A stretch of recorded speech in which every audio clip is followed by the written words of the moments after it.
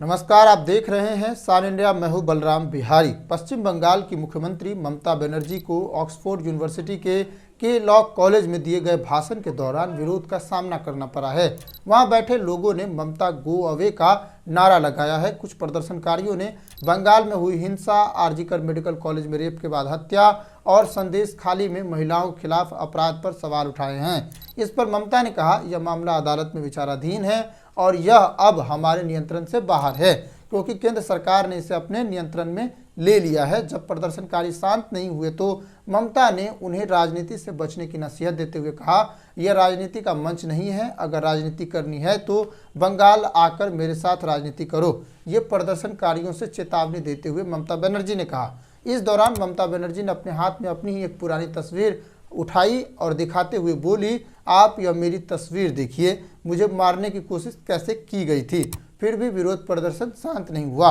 हंगामा होने पर ममता बनर्जी ने कहा, आप मुझे बोलने दे, आप मेरा नहीं बल्कि अपने संस्थान का ही अपमान कर रहे हैं। ये लोग हर जगह ऐसा ही करते हैं। जहाँ भी मैं जाती हूँ मैं हर धर्म का समर्थन करती हूँ। मैं हिंदू, मुस्लिम, सिख, ईसाई सभी का सम्मान करती हूँ। लोगों ने गो अवे के नारे लगाए तो इस पर ममता बनर्जी ने कहा कि ये इनकी आदत हो गई है, लेकिन दीदी को कोई फर्क नहीं पड़ता है। फिर भी विरोध प्रदर्शन की वजह से ममता को संबोधन बीच में ही रोकना पड़ा। Students federation of India SFI UK ने इस विरोध की जिम्मेदारी लेते हुए कहा कि वे ममता बनर्जी के झूठे दावों के खिलाफ प्रदर्शन कर रहे थे।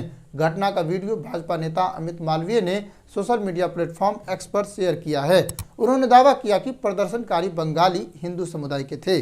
भाजपा ने इस घटना को बंगाल के लिए शर्मनाक करार दिया है और कहा कि विदेश में रहने वाले बंगाली हिंदू भी ममता को सत्ता से हटाना चाहते हैं, क्योंकि उनके अनुसार ममता ने बंगाल की सांस्कृतिक विरासत को नुकसान पहुंचाया है। मोटा मोटी तौर पर चुनाव की समय नजदीक आ रहे हैं, ऐसे में राजनीतिक जमीन जमाने की तैयारी शुरू कर दी गई है। इस तरह के विरोध प्रदर्शन अब शुरू हो जाएंगे।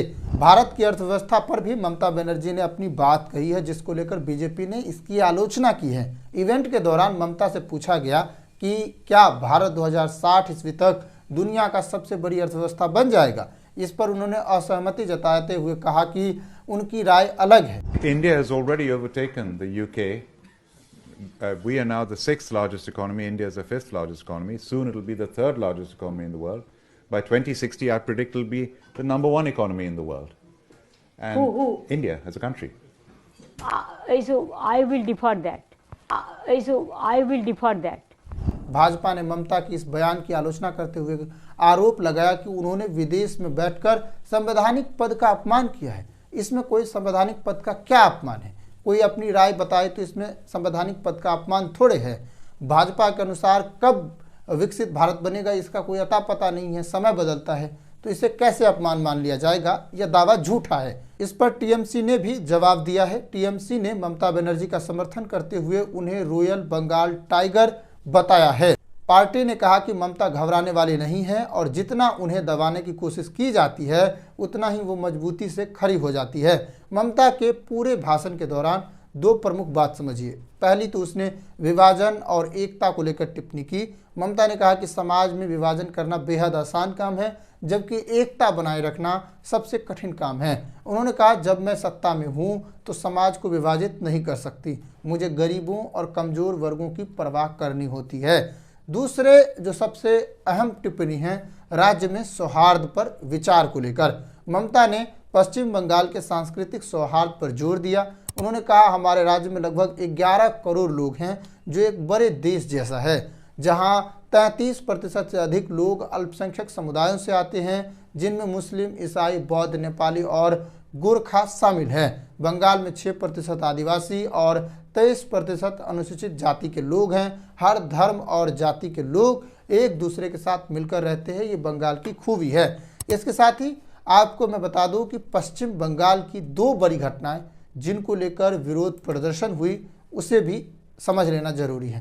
पहला, आरजीकर मेडिकल कॉलेज में रेप मर्डर केस को लेकर 9 अगस्त की रात को कोलकाता के आरजीकर मेडिकल कॉलेज में एक ट्रेनी डॉक्टर के साथ रेप और हत्या का मामला सामने आया था। उसकी लाश सेमिनार हॉल में पाई गई थी। पुलिस ने सीसीटीवी फुटेज के आधार पर सिविक वॉलंटियर संजय रॉय को गिरफ्तार किया था। इस घटना के बाद बंगाल में बड़े स्तर पर विरोध प्रदर्शन हुए थे। स्वास्थ्य सेवाएं 2 महीने से अधिक समय तक ठप रही। फिलहाल इस मामले में सीबीआई की जांच कर रही है, लेकिन बंगाल की एक अदालत ने उसे फांसी की सजा नहीं सुनाई है, उम्र कैद की सजा सुना दी है। लेकिन इस मामले में अभी भी कार्रवाई चल रही है, क्योंकि कहना है कि सीबीआई सही से जांच नहीं की है। दूसरा सबसे बड़ी घटना है संदेश खाली गैंगरेप को लेकर, जिसमें जमीन हड़पने का मामला सामने आया था।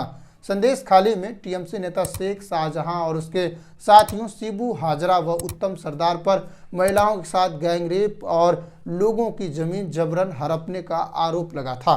10 अप्रैल 2024 को कलकत्ता हाईकोर्ट ने इस मामले की जांच सीबीआई को सौंपी थी और कहा था यह जांच कोर्ट की निगरानी में होनी चाहिए। इस तरह ये 2 बड़े मामले हैं जिसको लेकर विरोध प्रदर्शन की गई हैं।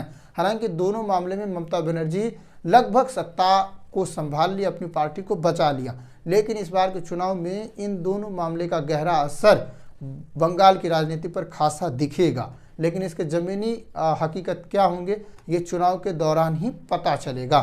लेकिन इस विरोध प्रदर्शन के बारे में आप क्या सोचते हैं, कमेंट करके बताइएगा। नमस्कार, जय हिंद।